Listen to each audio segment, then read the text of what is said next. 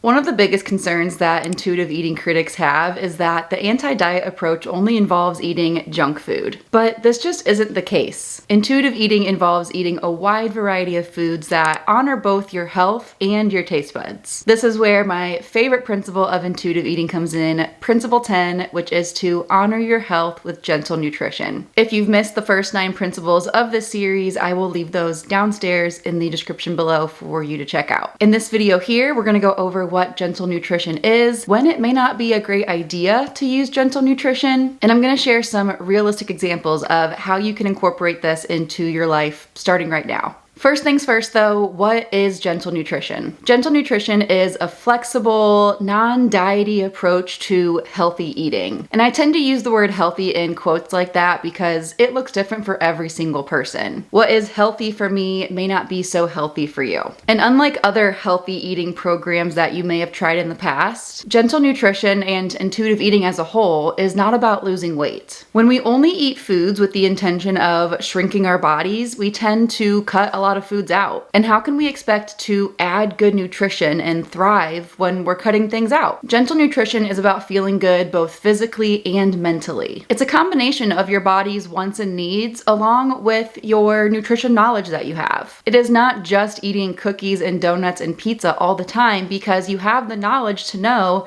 that that would not make your body feel very good. We have permission to eat those foods, making us more likely to eat them in mindful amounts. And because we are not restricting such foods, we are able to actually enjoy them when we're eating them versus feeling like we have to get them all in at once because we can't have them again after this. So what does gentle nutrition actually look like in real life? There are of course countless ways that gentle nutrition can be implemented, and it looks different every single day. But here are a few examples. It might look like adding a fruit or a vegetable to your breakfast where you normally wouldn't have a fruit or veggie. It might look like following a gluten-free diet if you have celiac disease. It might look like eating consistently to avoid getting overly hungry. Gentle nutrition may involve adding a dressing or a dip to your veggies so that you're more likely to eat them. It may involve some variation of meal planning and prep so that way you actually have the foods that you want to eat for the week. Maybe it looks like choosing wheat bread over white bread if making that swap does not decrease your satisfaction from making that choice. And this brings up my next point. There are times when we shouldn't use gentle nutrition. This may be controversial, but I think that gentle nutrition should come secondary to your food preferences and cravings, or at least work alongside of it. A common example I like to use for this is the whole white rice versus brown rice debate. Some people really dislike brown rice and prefer white rice. And if this is the case, it's okay to choose the white rice. The few grams of fiber that you might be missing out on by choosing the white rice can be made up elsewhere. We don't just eat singular foods, we eat meals, we eat snacks. And these individual food choices have very little effect on our health. It is our overall eating patterns that matter so much more than just these small choices that we make here and there. I also want to point out that there is a reason why gentle nutrition is the 10th principle of intuitive eating. If we've been dieting for a long time and we jump right into gentle nutrition as we start intuitive eating, we're likely just going to turn it into a brand new diet. We have to do that work of making peace with food,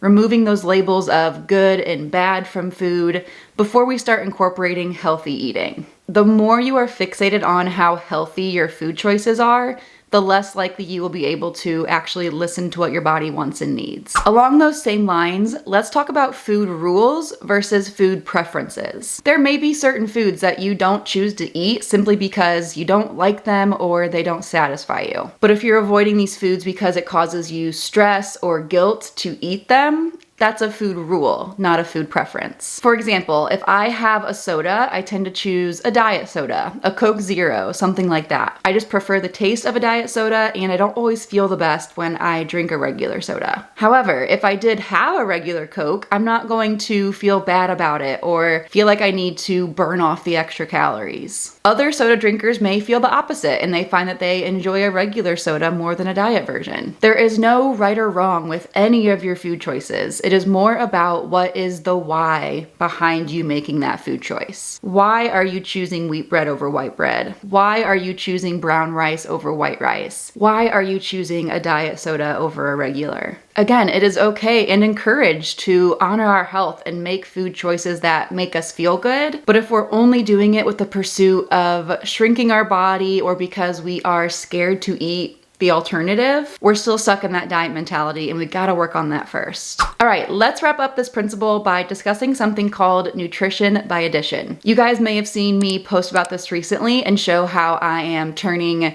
commonly demonized foods into balanced meals and snacks using nutrition by addition. Nutrition by addition is an approach to gentle nutrition that, as you probably can guess, involves adding foods to your plate rather than taking them away. You've likely been told before that in order to reach whatever health goal, you need to cut out this, not eat that, but cutting out foods rarely is going to be a sustainable approach. So instead of cutting foods or food groups out, think about what you can add more of. Here's some examples. When I have a frozen pizza, I like to add bell pepper, onion, and fresh tomato. This gives it more color, more fiber, more nutrients, and I find that it doesn't take away from the satisfaction of eating a delicious frozen pizza. This could look like adding some frozen peppers and onions to your scrambled eggs in the morning. I love tossing chia seeds and flax seeds into all sorts of dishes like smoothies and oatmeal. This gives it an extra fiber, protein, and healthy fat boost. Maybe you add broccoli or peas to your boxed macaroni and cheese. Instead of skipping breakfast, maybe you quickly add a Greek yogurt with some berries and granola to your morning routine. If you don't mind the taste difference, you might switch to a lentil pasta for an extra protein and fiber boost. Once again, these are all about adding things to our life rather than taking them away. You do not need to worry if you are doing this right. Healthy, balanced eating should not be confusing, rigid, or complicated. If you want to see examples of intuitive eating in real life, I'll leave a video right here for you to check out after this one. And with that, we have wrapped up our series on all 10 of the intuitive eating principles. Thank you guys so much for watching this video. Don't forget to subscribe, and I'll see you in the next one.